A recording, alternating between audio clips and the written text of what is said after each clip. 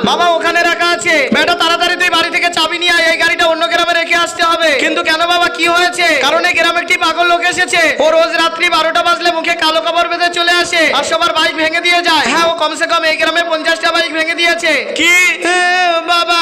আরে বেটা কি হয়েছে তোর? তুই কাঁদছিস কেন? বাবা ওই পাগল লোকটা আমাদের বাইক ভেঙে দিয়েছে। কি? আরে আমার বাইক, আমি কালকে এই বাইকটা কিনেছি। মনে হচ্ছে এনার বাইক ওই পাগল লোকটা ভেঙেছে। শোনো সবাই, একটা কাজ করি, 12টা বাজতে চলেছে, ও এখনই চলে আসবে সবার বাইক ভাঙতে। আমরা সবাই এখানেই লুকিয়ে পড়ি, যখন ও আসবে আমরা ধরে ফেলবো। ঠিক আছে চলো। এই তো একটা বাইক আছে, আজকে এটা ভাঙবো। দেখো এসে গেছে, ধরো ওকে। বন্ধু তুমি যদি মেয়ে হও ভিডিওতে লাইক করো, আর তুমি যদি ছেলে হও চ্যানেলটি সাবস্ক্রাইব করো এবং কমেন্টে লিখে যাও তুমি ছেলে নাকি মেয়ে।